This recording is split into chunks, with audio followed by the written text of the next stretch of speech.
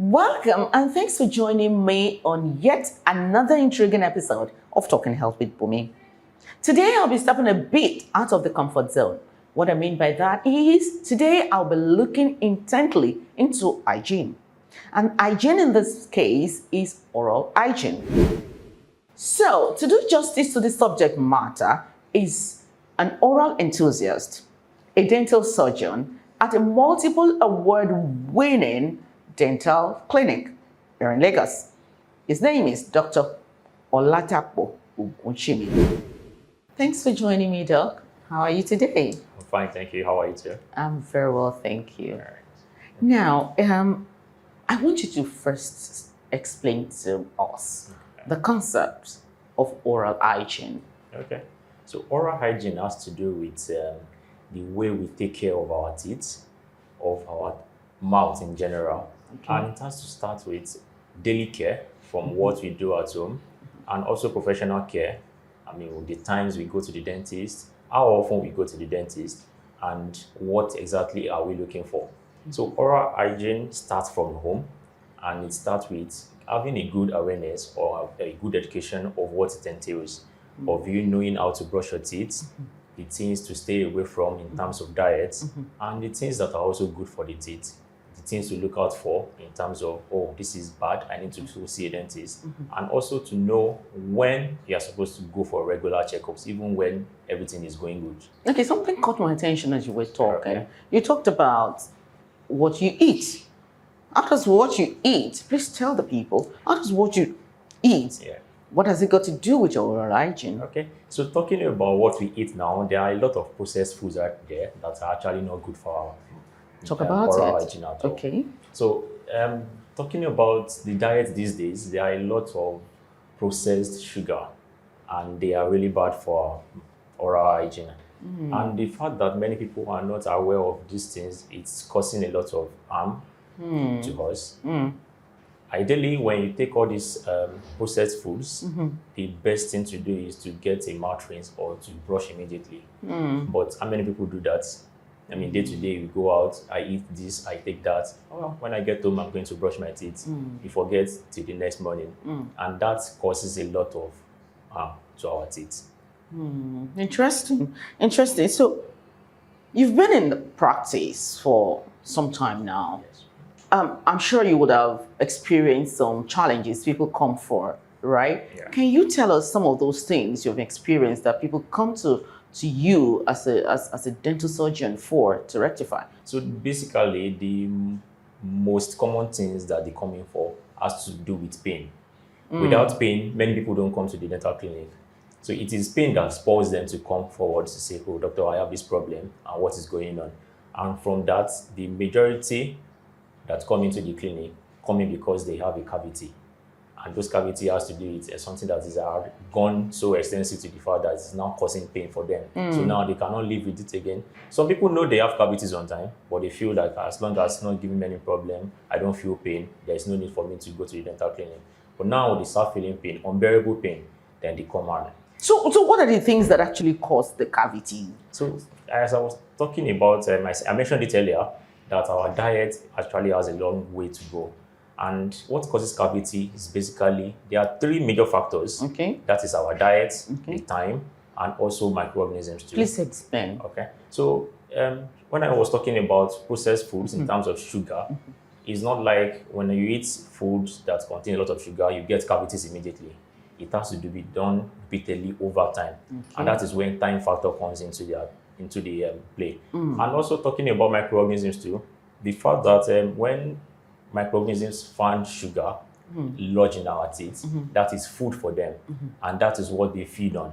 Their own byproduct, their own waste product is acidic, which is what, when it is released, it causes cavities on our own teeth. They erode the tooth, and then they start giving cavities. So it starts gradually. It can start as very small points, and if care is not taken, it keeps enlarging till it gets to the living tissue in the tooth and starts causing pain. So that is actually how cavities, a brief summary of how cavities actually arise. Oh. How often should adults and children visit the dentist? Okay, so people don't feel the need to visit their dentist, And the ideal time for people to go to the dentist is twice in a year. That is every 6 months. So every 6 months, you should also always schedule that I'm going to visit the dentist every 6 months, whether you have any complaints or you don't have any. So what are they to check for if they don't have any complaints? Thank you very much. So as I was talking about earlier too, when cavity starts, it starts very slowly. Okay. Like small points. Okay. Even the small points at times is something that you don't notice at all. When you go to the dental clinic, they check around to see, are you doing well with your oral hygiene? They can advise you based on your oral hygiene, based on what they can see. At the same time too, they can notice all these cavities that are just starting, if any. At the same time, every 6 months is ideal for you doing a scaling and polishing. That is to clean around. And what they are removing is calculus. Calculus is the hardened material that is actually attached to the teeth. So there is no way you can use your toothbrush or home remedies to take away calculus. It has to be done professionally. If I don't do that, if I don't remove the calculus, what will it cost me? Yeah, it's now calculus. What it's going to do to the teeth is that it gives bacteria a living place. There is bacteria in our mouth. When that is clean, whether if you do clean and polishing today, right now, bacteria is going to be there. There is the natural flora. But when they proliferate and they get excessive in number, then it becomes dangerous to our own teeth. Calculus and plaque, they are what harbor bacteria in large numbers. So them being the teeth is very dangerous, meaning that they are producing more byproducts, which is going to cause more damage to our teeth.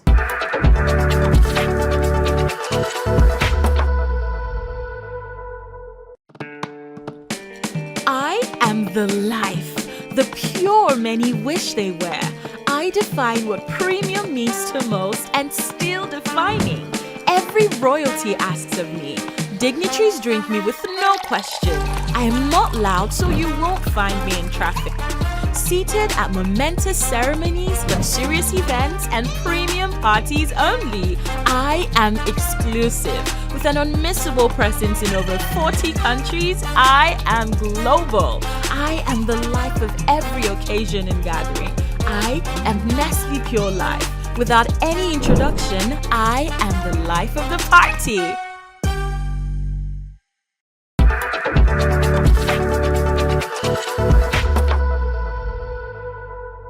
We brush with toothpaste every day. Okay. We drink water.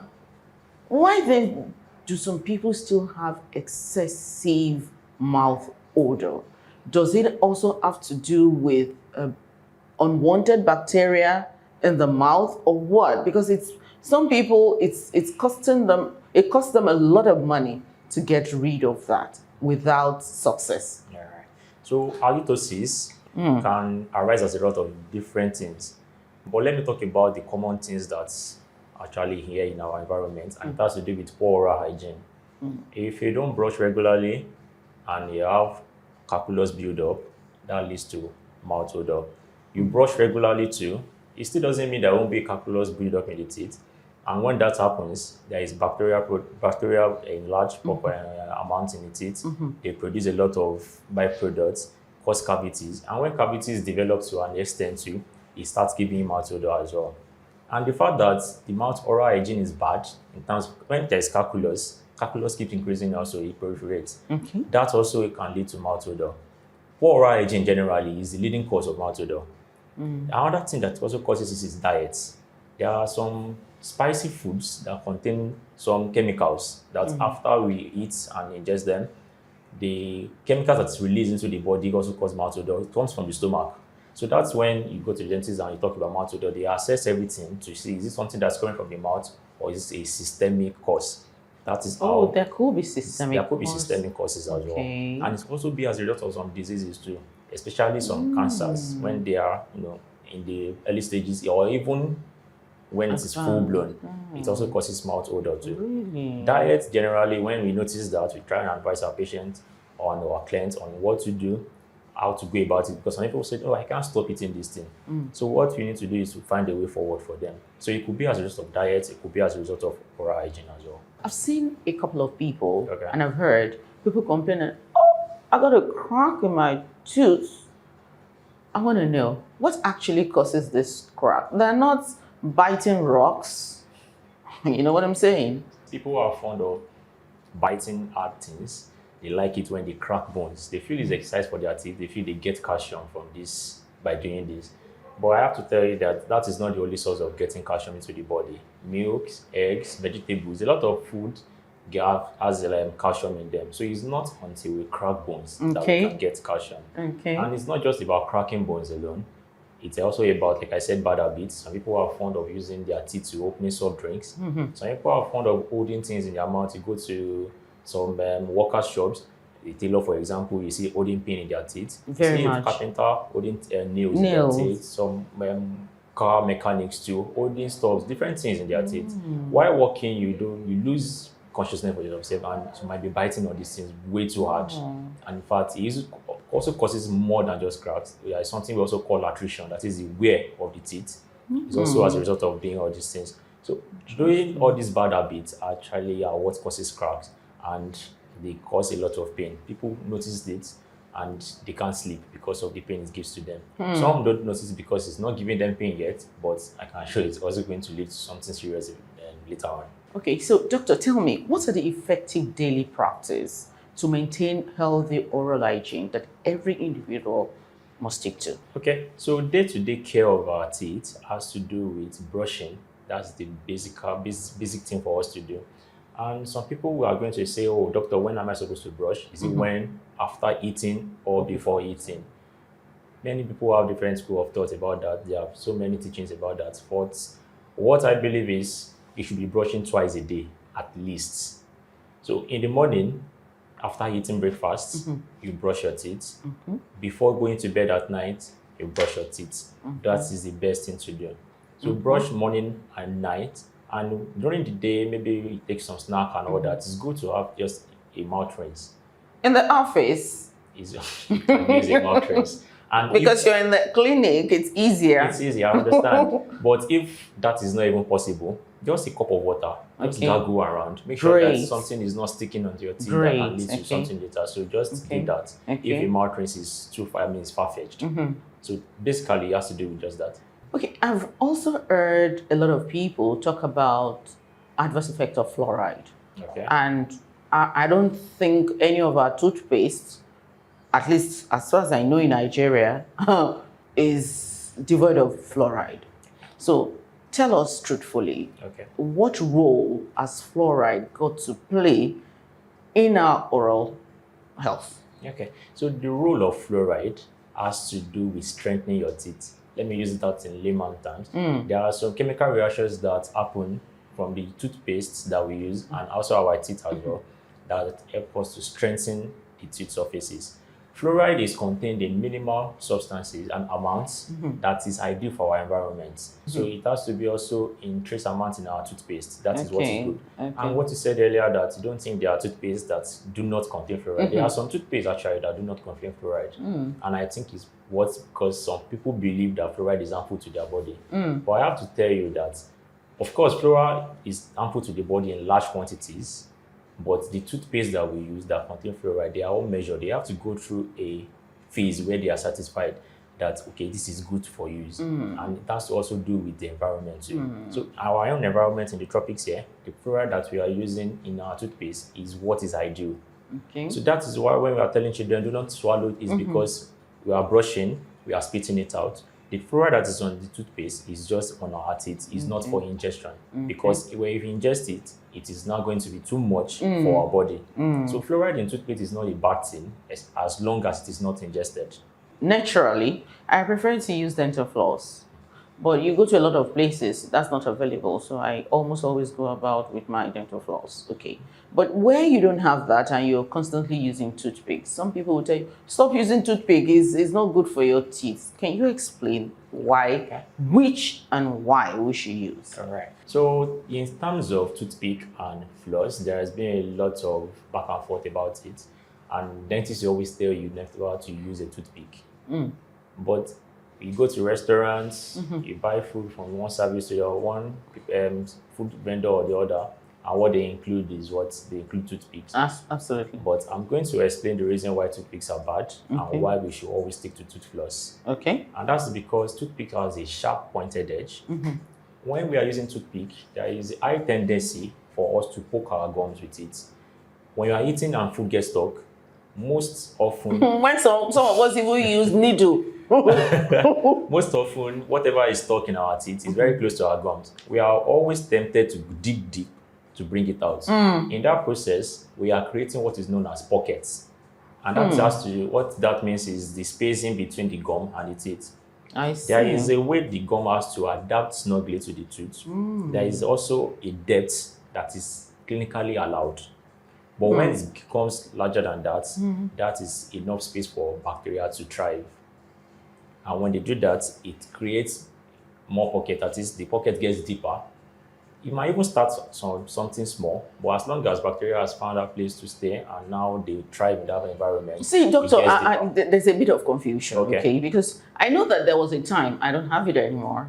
Let me use myself as an example. There was a time that I would even use the pointed part of my floss to chew, and I would kind of enjoy the feeling. But I brush, I use my mouthwash, and somehow, and oftentimes when I brush in the morning, for instance, I put salt in my water. I've been told that also that helps. And I don't have such issues. But tell us, that enjoyment feeling, what is it giving me? Because I choke or I poke my floss, the pointed part of the floss, into that place. And at that time, I enjoyed it like I've removed everything. And then when I brush with salted water and with my toothpaste. Okay. What does that got to do with gap between the teeth or my tooth and the gum? Okay. So doing that, like you said, it gives this feeling that you are enjoying it. And that is because you are getting whatever is stuck in between the teeth out completely. So when you do that, even if it's a floss that you use and you get whatever is stuck in between, you will still get the same feeling. It's just that feeling like whatever is stuck there is out. But it is dangerous because it is a pointed edge. I always tell people to, because there are floss there are two types. There's a threaded one, Yes. the one that has handles, Yes. and they have a pointed Yes. edge. People are always tempted to also use that pointed edge, which is also bad. It's just the same thing as using a toothpick. Wow. It just creates that pocket, and when there are pockets in the teeth, it is very dangerous to the teeth. There is what we call the periodontium, that is the supporting tissues that hold the tooth in place. The gum is part of them.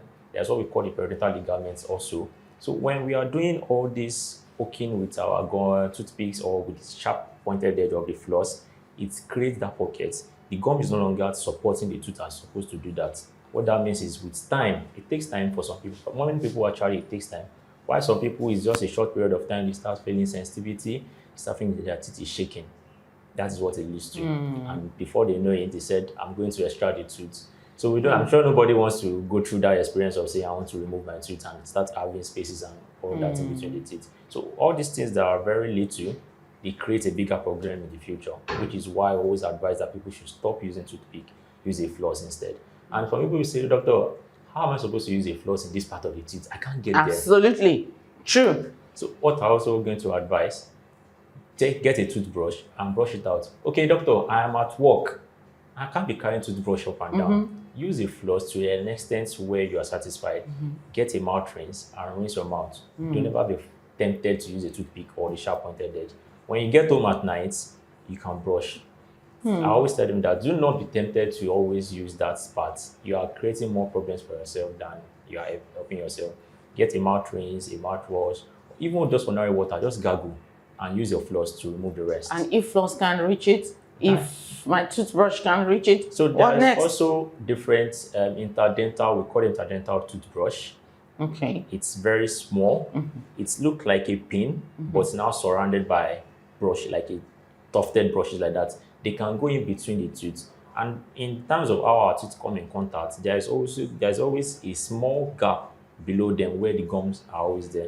You can put it inside that just to brush out of that whatever space is there. I mean, whatever dirt is actually hanging in that particular place. So if the brush floss is very not comfortable getting to those particular places, those interdental brushes are going to go do the work and get whatever is there. Smile. Your dentist loves you, but remember when you do, let it be accompanied with natural, sweet-smelling fragrance and healthy teeth. And that's how I wrap up today's edition of Talking Health with Bumi. Don't forget to subscribe, like, and share. And to take advantage of this unprecedented 50% discount from Smile 360 Dental Clinic, please contact Konga TV and I'll let you know how.